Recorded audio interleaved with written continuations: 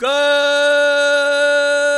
evening, Grinders. Welcome to Showdown Live, right before Sunday night football to go over the Showdown slate for Cowboys Rams 51 total. Should be a good game. You never know. Maybe it's a crappy game.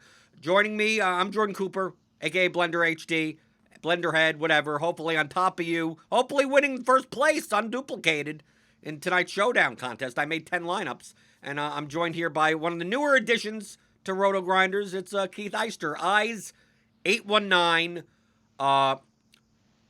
We were talking before. Main slate didn't go necessarily all that well for you. Not great. I had a ton of Devontae Adams, Josh Jacobs. Just couldn't put them together with the right combos, so didn't get anything to the top of the tournament. So.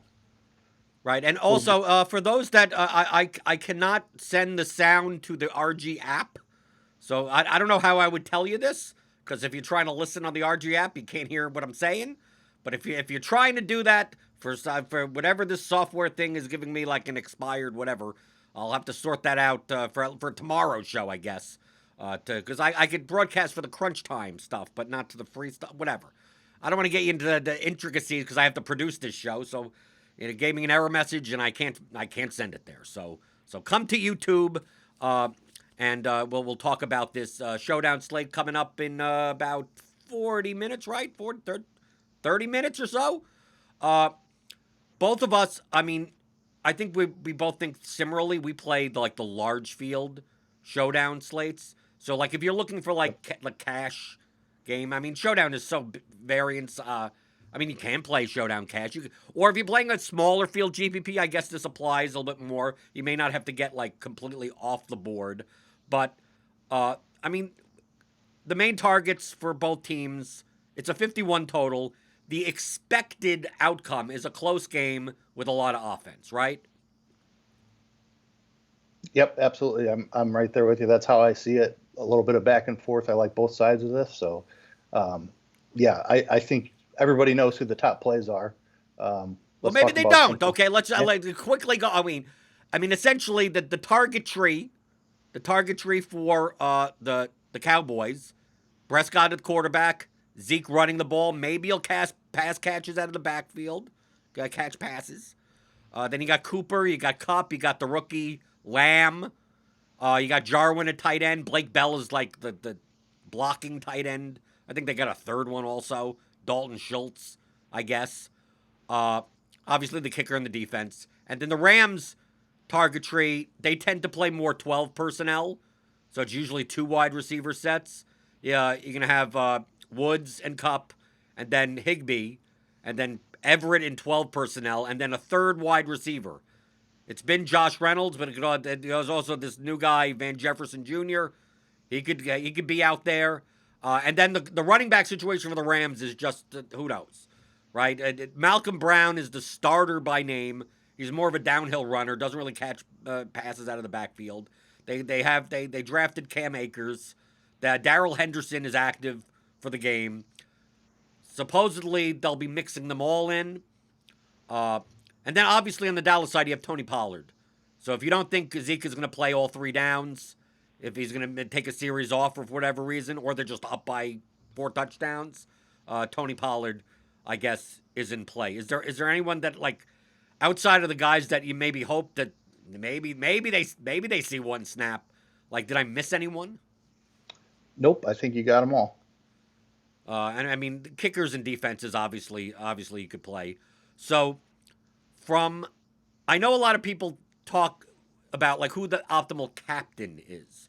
But I think talking about for large field GPPs on what would be a less duplicated lineup construction rather than who to play in the captain, because I think the common thing is that if you play a wide receiver in captain, you're going to play the quarterback in flex opposing him, because if he has a ceiling, the quarterback does well. If you play a running back in captain, it's more likely that the team's quarterback may not be a flex position. And for large field GPPs, if you're going to play 5 guys that are going to be 30% owned, your last guy better be someone that you don't like and you're just hoping takes the field for one snap. So looking at your ownership And then the game flow. It's a 51 over under. Typically in higher scoring games, correlation matters more. In lower scoring games, we see some lineups. If this is a 14 to 10 game, it's quite possible that it's a wide receiver and captain without a quarterback. A defense captain, I mean it could be a mishmash of stuff. It's not going to be rostered, that type of outcome. But if you wanted to play for a low scoring game, that's what you would do. But Keith, what is your approach for this large field slates on DraftKings as far as your lineup construction and the captains that you're rotating in? So the game script that I like in this is kind of a back and forth offensive battle. I like the over in this game. I think the Dallas offense still runs through Zeke Elliott. I know they have a ton of offensive weapons. Cooper and Gallup have been there. They've added Lamb. So we might see a little bit more distribution to the passing side. But for me on the Dallas side, it's still Zeke Elliott. The Rams side, I think, is where we can get a little bit different. The backfield of the Rams is completely unknown to all of us. People can say they know what the Rams are going to do, but I don't think we have any idea. With Malcolm Brown listed at the top, I would say Cam Akers is probably their most talented back. So I don't mind a little bit of Cam Akers in the captain, just in case they can, get off on the ground against Dallas. But really, it's the pass catchers for the Rams, I think, that have the highest ceiling and that are really going to get us to the top. Kupp versus Woods is going to be a decision. For me, it's Cooper Kupp this week. I think he, out of the slot against Dallas, he's going to find plenty of room to operate over the middle of the field. So of the high-owned guys, I think Cooper Kupp is my top captain. Are you going to have quarterbacks in the captain? Because if you think it's a high-scoring game and the ball's going to be spread out, we have Prescott who can run the ball in. Typically, I find in most cases the quarterback and captains are over-owned because it's the wide receivers have access to higher ceilings. So if the quarterback has a 400-yard game, it's most likely one of the wide receivers has a score that's even better than the quarterback. So I typically don't put quarterbacks unless they're cheap. Unless it's one of these crappy teams that isn't expected to do well and he's 7,600, okay, because now I can fit stuff around him. But yep. I have no quarterbacks in my captains, and I don't play the cheap guys in captain because you need a very specific result. Because typically, either the cheap guy goes off for no apparent reason, that's such an outlier, or that all the scoring of all the players is very equal to one another. If you have a cheap, let's say you put Gerald Everett in your captain, and then you're able to basically jam in, Elliott, Prescott, all the top plays. If all of those guys, if Everett catches a touchdown and goes 4 for 30 and ends up with 12 points, and then all the other guys end up with 12 points, and there's no one higher scoring than that, that's the optimal construction. It doesn't happen very often, but that would be the way that would work. As long as if Amari Cooper goes off for 100 yards, you're dead. I mean, you need them in the captain instead. So, I typically don't put quarterbacks in captains, and I typically don't put the crapper guys. Yep, I agree with you. I have no Prescott or Goff in the captain. If I do, both of these guys tend to spread it out a little bit. And I don't think, if Dak runs one in, maybe he gets there, maybe he can outscore. If he's throwing for 350 yards, like you said, there's going to be a pass catcher that surpasses him, even if he's running one in. So I'm with you. I'm off quarterbacks in the captain. Right. And me personally, I'm playing 10 lineups. So I'm going for a very specific. I don't spread it out. I don't have one guy in one lineup. It's kind of I'm going to play a certain way and maybe fade a guy completely. I have none of the Rams running backs.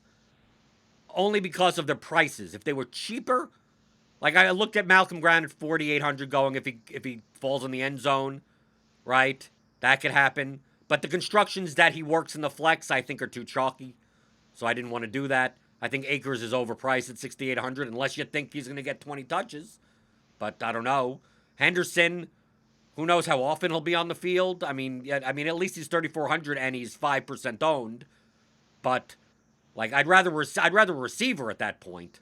I'd rather take a shot on a one play guy. Like my most famous showdown win is Aldrick Robinson played a grand total of 3 snaps and had 2 touchdowns. So like I'm looking for that type of guy. But how about these tight ends? Because I think they're overpriced. Higbee, Jarwin. It'll lower their ownership, but we have them projected at like 25 to 30% owned. I think. Do you think in this terms that if Blake Jarwin catches a touchdown pass, it's coming out of Elliott rushing the ball in? And if Higbee catches a touchdown pass, it comes more. If Higbee does well because he plays inside, it's more negatively correlated with Kupp than he is with Woods. I do tend to think a little bit like that. So I will limit my Higbee and Kupp exposure, for example. Gerald Everett plays a little bit different position than Higbee, so I don't think they necessarily correlate. I don't think that both of them can get there together, though. But as far as with the running backs, I don't mind playing running backs and tight ends together, because in the game script that I'm going for, there's going to be multiple touchdowns anyway, and I probably need both of them to score 2 touchdowns to get my lineup where I need it to be. Okay. But I could see, like, if you play Zeke in the captain, like, a lot of times your construction is based on like, if I'm going to play Cooper in the captain, I probably don't play Gallup at 8K. Correct. For him to get there. Like, I'll play a cheaper receiver. I don't mind that. Yep. So it's kind of like, once you put a guy in the captain, it's like, if he hits his ceiling, what positively correlated things happen and what negatively correlated things are more likely to happen. But I think the Rams are more of a target, to me at least, to play without the quarterback. Like if I'm gonna let's say play one of the Elliott even in the captain, or Cooper or Kupp or Lamb or whoever on the Cowboys. Like typically, like Woods and Kupp are priced up enough. Like, do you need their ceilings? It's their target tree for the Rams is fairly narrow. That like Woods could have an 8 for 80 game and Kupp could have a 7 for 100 game, and that's what you. And I don't need Goff because Goff doesn't make value at 9,400. But the Cowboys win, 35 to 21, and they get out to a lead to begin with, and the Rams just have to throw the ball, and it's probably going to go. I mean, the two receivers. I mean, we've seen games where Woods and Kupp both put up 20-plus points, and Goff is sitting there with no touchdown. He hasn't thrown a touchdown pass. They've gotten to the red zone, and each running back has a touchdown, and Goff has none. Yeah, I think that's definitely been the case in the past. Now that Gurley is gone, I think a lot of that touchdown equity went with him, and Goff might be a little bit different than he has been in the past to me. Like it's week 1, we really don't know, but I'm playing that a little bit. I'm playing for that a little bit tonight. I think I expect Goff to throw a little bit and spread it out. Well, that also puts me more on the Cowboys' defense. I think with their pass rush, and Goff is traditionally a quarterback that the less time you give him, the more mistakes that he makes. So, I mean, I'm not going to play the Cowboys in the captain because I don't think it's going to be that low scoring of a game. I'm not going for that result. But I think, if I have Elliott in the captain, I don't mind Cowboys defense, even if I'm playing Rams wide receivers, because, it's the Cowboys score on a pick 6, and I don't have Goff in there, and they have to come back and pepper the wide receivers on the way back in the second half. Yep, I think that's a good way to be different. A lot of people are afraid to do that, and you just laid out the scenario where that works in your favor. If you get a pick 6, that just means that your receivers are going to have another opportunity to catch the balls right away. So that's a good scenario where the defense against your receivers can actually help you score more points. But right, typically you do need that pick 6 out of it. Right, typically if I'm playing 2 receivers for a team, I don't want to play their defense because, like, if they're up, if the defense did well, like, they're not throwing the ball as much. So, like, I don't mind. Like, I played quarterbacks against the defense because 2 pick 6s, the team just gets the ball back. So, like, why not do that? Some people call that a weird lineup, but it really isn't. Defensive scoring on these sites are not based on points allowed. That's not where you get most of the points. You get them on turnovers. You get them on sacks and block kicks. So like you could give up 30. You could give up 30 points and end up with the highest scoring defense. Yep. Okay, we got to talk about him. We got to talk about because that's what people come here for. The vomit stuff. You should know me by now. And the people in YouTube chat, we can see you. So if you want to ask questions, feel free to put your QQs in the YouTube chat. I know even Devin's here. Devin's around, even though he's not producing, but he managed to put on the audio in the RG app. I don't know how he did it, but he got it done. So feel free to post in the YouTube chat. Let's talk about the crappy people. Let's talk about the guys that are priced like under the kickers and under the defenses, that are going to be very, single digit owned or around there, and that could possibly be, you get one touch, you get a touchdown, you get one big play, some 50-yard pass, and they could end up in the optimal winning large field GPP lineup. I know we talked before the show. Your favorite out of the bunch is Gerald Everett because they do play 12 personnel. I have nothing against Gerald Everett. It's just I don't think he's going to just be 8% owned. Like if I'm building my line, I still have him, but I'm building him in lineups, not assuming he's an 8% owned player. I'm assuming he's a 16% owned player. Okay. But that's what. But is the reason because Everett, out of all these cheaper guys, he's the one that's going to see the most snaps out of anyone in this like 3-2 and below range. It is. We also don't know exactly what this Rams offense looks like. They traded away Cooks. They cut Gurley. There's a lot of new opportunities available. Gerald Everett is a guy that's been in the offense and knows the offense. He was kind of tight end one until Higbee took over for him late last year when they decided to go that route more. Now that there's more opportunity available, I could see Everett working his way back in there. And like you said, this isn't a guy that we want to run at the captain. This is somebody where we're looking for a touchdown out of that's going to help push our lineup over the top. Everett's going to be on the field a ton, and I think definitely in goal line situations, he's going to be running routes when they're throwing the ball. Okay, in 3 wide receiver sets, we've seen like last year, like that guy is typically Josh Reynolds, 3,200. Projected to be about 7% owned. I think he'll be a little bit higher than that. I think he'll end up being like 10% owned. But word out of training camp is that it may not just be Josh Reynolds as the third wide receiver, and it could be VJJ. That's what I'm calling him. VJJ, Van Jefferson Jr.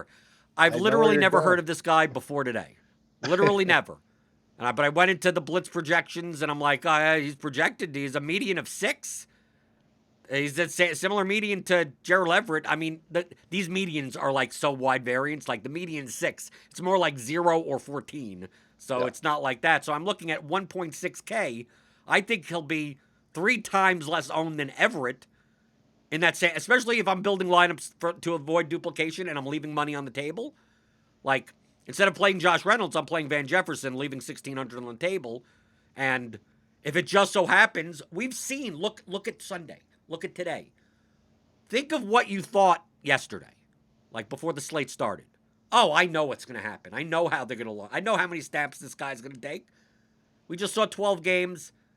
Half of the stuff, like Christian McCaffrey got 2 catches.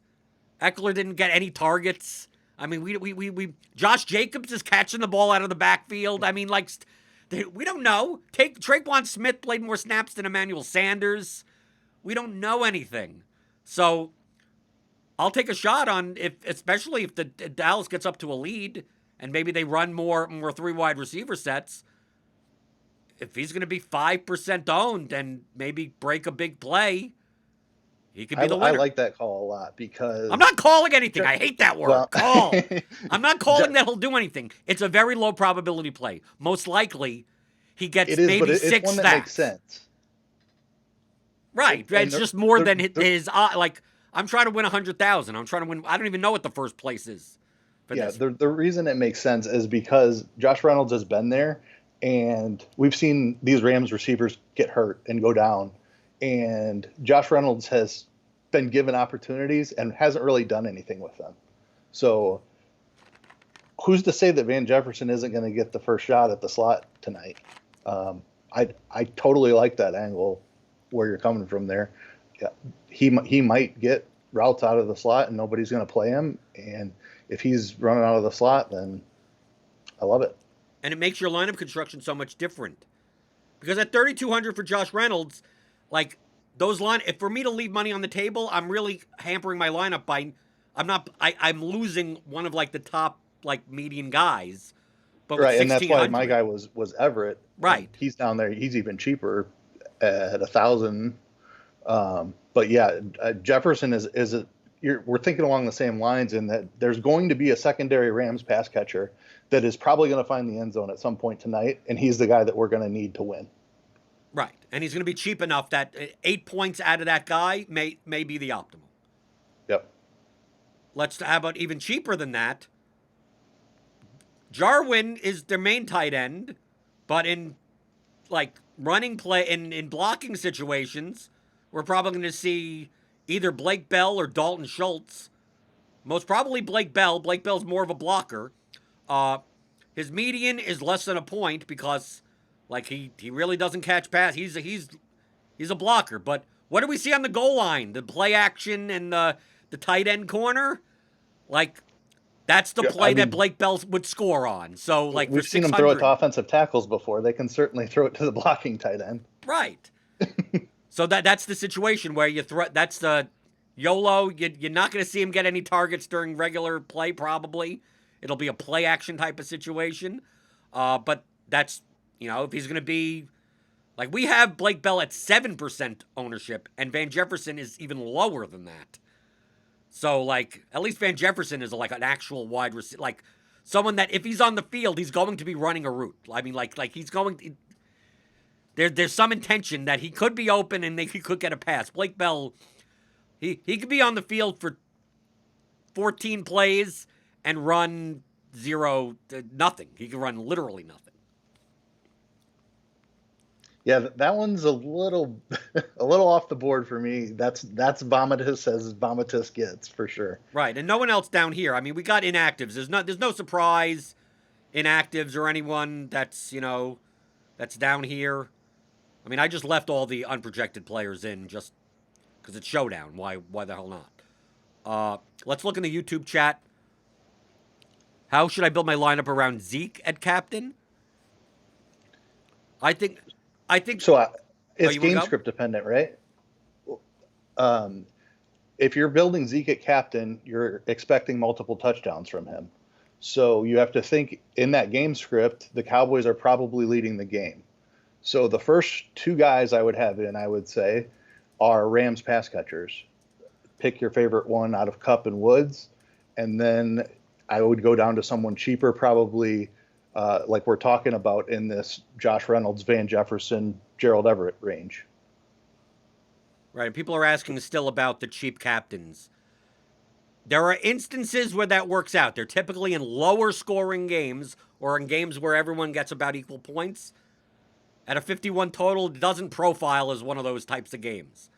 I could list my captains, for instance, in 10 lineups are Zeke, Cooper, Gallup, Kupp, and Woods. There you go. Yep. Those are the five. It's high ceiling guys. Yep. Right. But let's say you want to get off the board and take Higbee. An overpriced Higbee or Jarwin or something. Okay. Again, someone that's going to be out there catching, doing something. But once if you jam in Josh Reynolds in your captain, you better hope for 2 touchdowns. And then any Josh Reynolds lineup looks like your lineup because you could basically jam in everyone else. So, like, you better hope that all you guys go off, and it's a much lower problem. You could get different, like, in more like it sounds because it looks good, Keith. Right? You plug in the cheap guy in captain, and it's like, look at my 5 flex spots. Right. I got everyone that I like. All I need is for my captain to score 20 points, and Blake Bell ain't scoring 20 points. So like, don't hamstring your lineup. You're gonna still need. Maybe not the highest scorer on the slate, but at least one of the highest scorer on the slates. So that's why when people are asking about the cheap captains, like, I'll play Blake Jarwin in the captain before I play Van Jefferson. Vajayjay. That's what we're going to call him when I win. What's first place? I don't even know. I entered contests. I don't even know what first I place think is. it's 200,000. Okay, whatever it is, I want it. Okay, I know it's I know it's six figures. 250 tonight. Okay, 250. but I don't know. Sometimes they run 500. Sometimes it's a million. So I don't know. Doesn't matter. That's all you're playing for in those contests. You're not playing to min cash. You can't win money min cashing. So I know. How many lineups are you building for it? I mean, you're more of a you build a lot. Yeah, I've got 50 lineups in it tonight just because I'm on the show. So I'll play the Monday and Thursday heavier, but yeah, generally I'm a 80 to 100 lineup guy. Okay, like 50 to me is my normal. So like because I'm on the show, I hand built 10. So kind of we're like at different scales. Like normally I'd play like 20 to 40, maybe 50, depending on it depends on the price sometimes, and also depends on the constructions. So like for instance, this Thursday night game, I played light because just I didn't see a Vijay. I was building constructions that I'm like, this is going to be duplicated 60 times, or this is going to be duplicated at least 20 times. Like I didn't like it enough that I'm not going to make 50, 80 lineups and end up, you split first for $800 and you lose. Yeah. Which kicker would you play?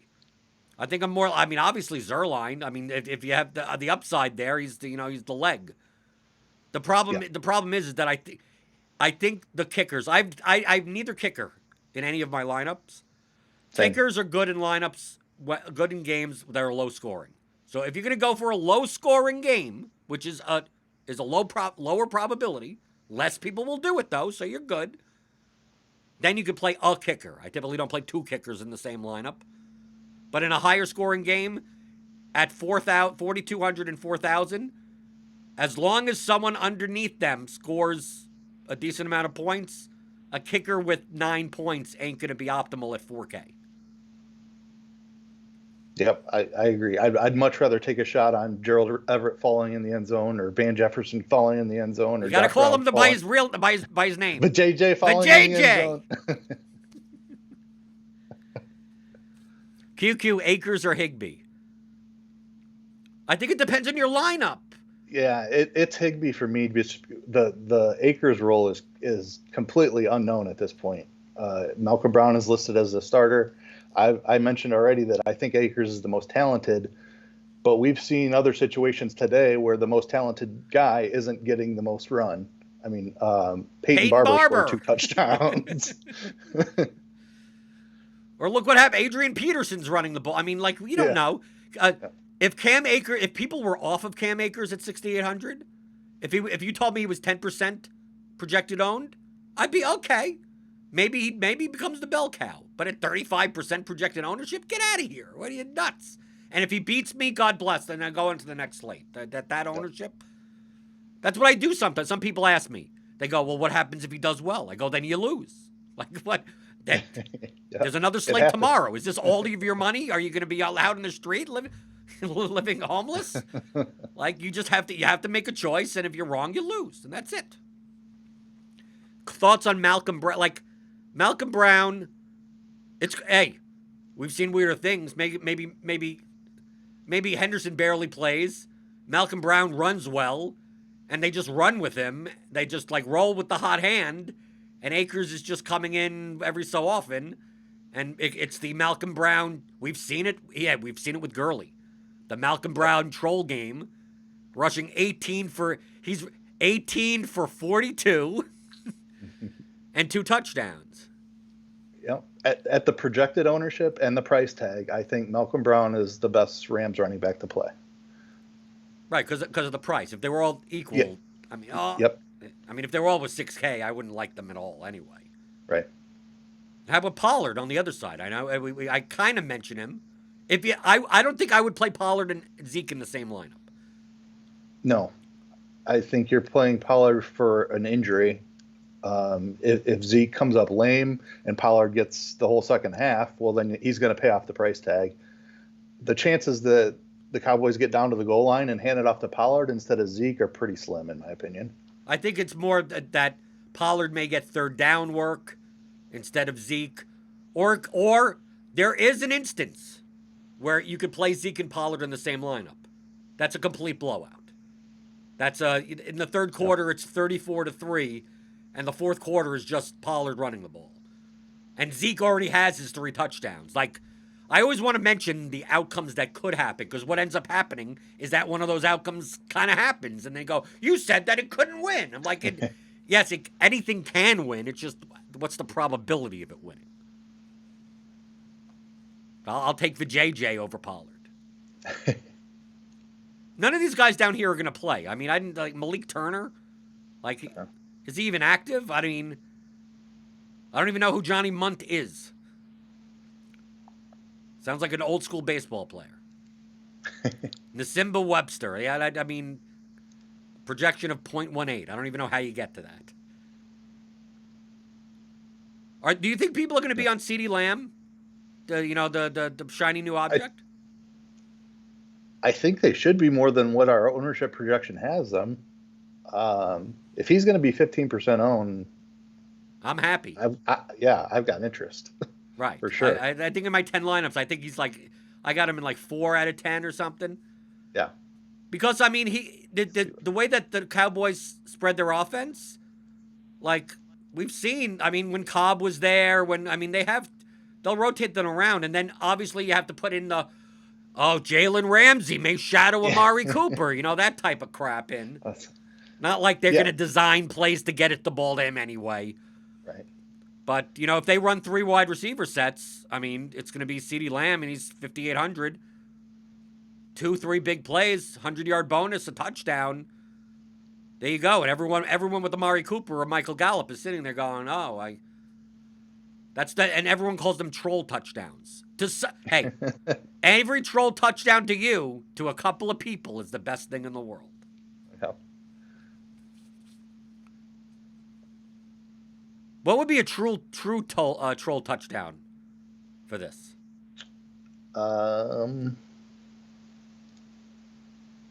Is there anyone running? Anyone? Dak running one in? Well, that's not about people roster Dak. I'm talking about maybe the JJ is the troll one that everyone's like, oh, who the hell is this guy? And I'm celebrating. I think if anyone, it's Dalton Schultz. It's like, okay, I'm going to get off the board and play Blake Bell, and then I'm wrong on the blocking tight end. It's a Dalton Schultz H-back rushing touchdown. Yeah, that's trolling. Right, because Prescott doesn't even get the passing touchdown. Yeah. So anything else in YouTube before it's about a minute to lock. It's a minute to lock. I got my lineups in. Got 10 lineups in. Hopefully, as I usually say, that if I don't win, I hope Keith wins. I'm gonna my co-teammate. He could come in second, and then you guys could come in third. Or backup. Yeah, you can't, to me, is there any situation where you roster a backup quarterback? No, that's not something I would ever do. What they should do is make the backup quarterbacks not 6K. If they made them 1K, that would be different. Yeah, but we're kind of playing for the same situation. I mean, if you're playing Pollard and you get just play Pollard instead of the backup quarterback. He's 4K cheaper. Right. But I'm saying, there's always a situation when Dak gets injured on the first play. But to me that's such a low probability for 6,000. Yeah. If it's the type of thing where the backups are 600 and it's one of those things where the optimal, the 5 other guys score so many points that that's the high score, and the 0 in your flex, that's the optimal type of thing, first place, then I get okay, and it didn't matter it could have been anyone at that price, but not for 6,000. Yeah. But I know there are some people on Twitter that talk about rostering backup quarterbacks, because whenever a backup comes in, everyone has to at Siege. So that's he's gonna win. Taysom Hill is the only exception. Okay, yes, Donnie Watson is correct. I mean, maybe the only technically quarterback position player. because he doesn't just hold a clipboard. He actually sees the field. So yeah, I could get on board with Taysom Hill. Right, but they still haven't made Taysom Hill like not a quarterback in the normal slates because he's unrosterable. Like he's one. Yeah. That's the true troll touchdown because even if you're building 7 million lineups, you're not putting in in your quarterback slot a guy that may throw a pass or two. A rushing touchdown is your best possible outcome. Right, probably. but you have quarterbacks that obviously he's like 4,400 or something, but it's not even that. Come on. Yeah. I'll take Dwayne Haskins over that. Yeah. Okay, Donnie Watson we got an ownership update. Vijay's 8%. Okay, a little bit more than I thought. What's Everett? We're on the show. I can't really check. Maybe Keith, you could check some ownership. And no, Eric, this is not a sweat show. We're not going to be on for the whole game. I want to see. I'm interested in Everett's ownership because I think it's hot. If Vijay is 8%, Everett has to be double that, right? I will tell you in 1 second. So I want to know that. I also want to know Josh Reynolds if you have that. You probably have everyone. So I mean, you could see something. Good. Everett is 18%. Hey, there you go. See, you had to build your lineups with the leverage for 18%, not 8. and then Josh Reynolds. I'm assuming Josh Reynolds. If the JJ is 8, Reynolds may actually be low owned. He may actually be only like 6 or 7% owned.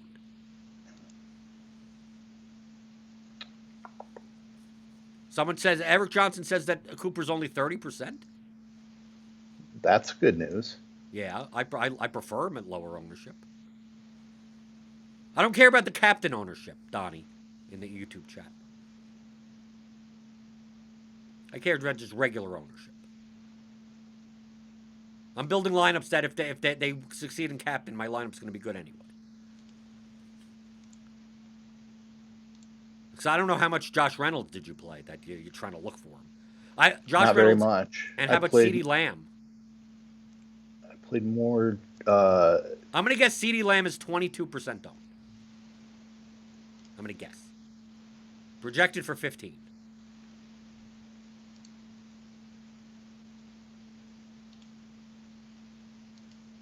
I feel like I think you're a supercomputer. Like, why can't you tell me that quickly? Why you can't? Maybe someone in YouTube chat.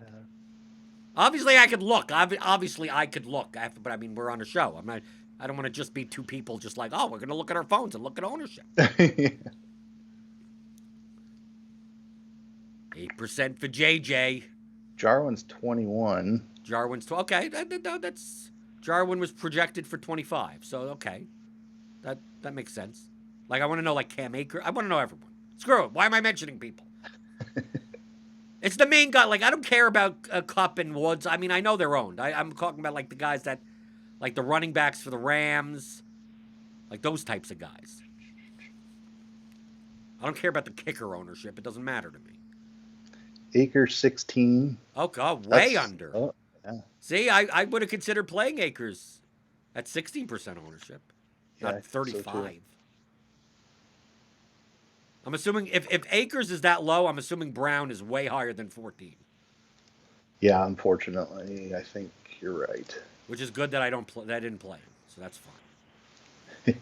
Lamb is 34% according to Peter Viles on YouTube. Okay. Yep. Yeah, way higher. I expected that. This 15 number didn't make sense to me. No, agreed. I was hoping for that. 36. Because it's a construction thing. It's not just like the player. It's just the way the pieces come together. That you end up in a range of like where Brown and Lamb and the kickers and the defenses are. Agree. So who are you playing? And you gotta have to play. But to me, that's like the chalky construction. That's why the Vijay's and the Everetts and the Bells and the guys down there, I was more interested in. Malcolm Brown is 20%. So who's getting ownership? If he's only 20%. Kicker is only 9%. What, Henderson's 9? No, the Rams kicker. Rams kicker. Okay. Henderson. Sloman? Yeah. But I mean, I guess they just looked at the three-headed monster and said, I don't want that much of that. I mean, that's exactly what I mean. What am I saying? That's exactly what I did. Yeah. I just wish more. I knew that that's what everyone, more people were going to do, because then I would have maybe played someone. No. Acres 16%. And all the other guys are super owned. I mean, I'm assuming Zeke is 70+% owned, 72% owned, something like that.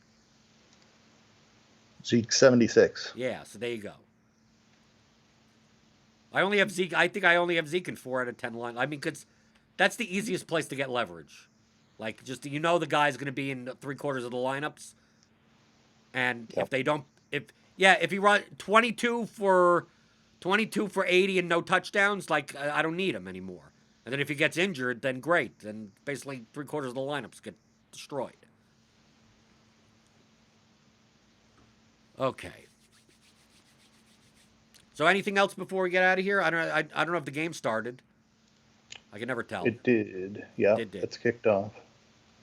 I got to see if they're running 3 wide receiver sets for the Rams. Looks like the Rams have the ball. Okay, let's go for JJ. Hopefully YouTube doesn't censor us, because the Rams are in the red zone already. Oh, that's for JJ territory. Malcolm Brown. I'm just gonna say that I have no idea what this guy even looks like. I'm gonna even look him up. I did this on the Sweat Show. Van Jefferson. What is this guy? Okay. He looks like he's what number is he? 12. This is my guy. There you go. Nice smiling there. Look, he looks like an athlete, little flat top type of thing. The JJ. As far as NFL wide receivers go, I think he's not quite an athlete. He's pretty slow, if I remember looking him up. Touchdown, Malcolm Brown. Yep. Great. Touchdown, Malcolm Brown. At 20% owned. If I knew he would bad, I still wouldn't have played him. Oh well, I've been 0 and 10. I'm dead. Right? That's what Discord would say. Right? First touchdown. I don't have him. I'm dead. Close your laptop. No way. No Brown, no cash. So we're gonna be on. If you're not aware, if you're new to RG or you don't know the schedule for this year, there'll be a showdown show like this for every island game in NFL. Sunday Night Football, Monday Night Football, Thursday Night Football. Thursday is Tambo and Justin Carlucci. I do Mondays with Tyler Tamboline, and me and Keith, we do Sundays. So it would be the 7:45 Mondays on most of the days, other than tomorrow. Tomorrow's the weird. We have 2 Monday Night Football games, so tomorrow's show will be at 6:30, and we'll be covering like the 2-game slate for it, which is, if you're playing large field GPPs, a 2-game slate, you kind of practically playing it like a showdown.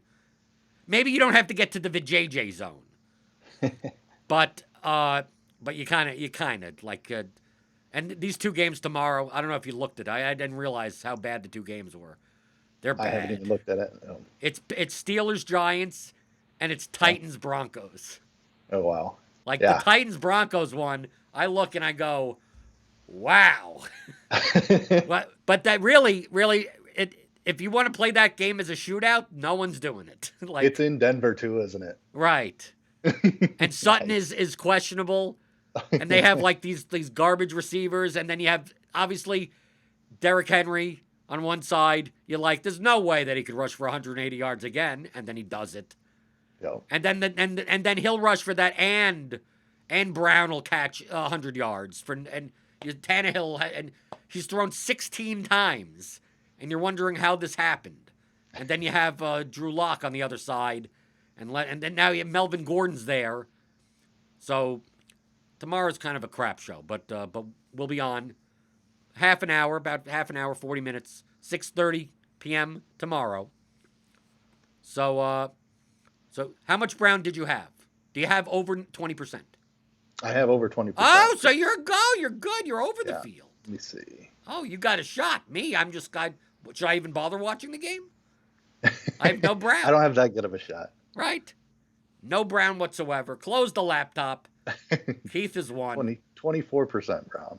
Oh, okay. So not that much over. No. Okay. I didn't jam him in. I was more on the Rams passing game. Okay. So Well, if the I'm Rams over start on passing the Kupp ball, I'm looking for Josh maybe I can Reynolds put to it have a together. couple of drops so my main man JJ gets in the game. You know he's not taking the field. You know I'm going to be looking the whole game. Looking Right. for number 12. Where's number 12? Where's number 12? Where's number 12?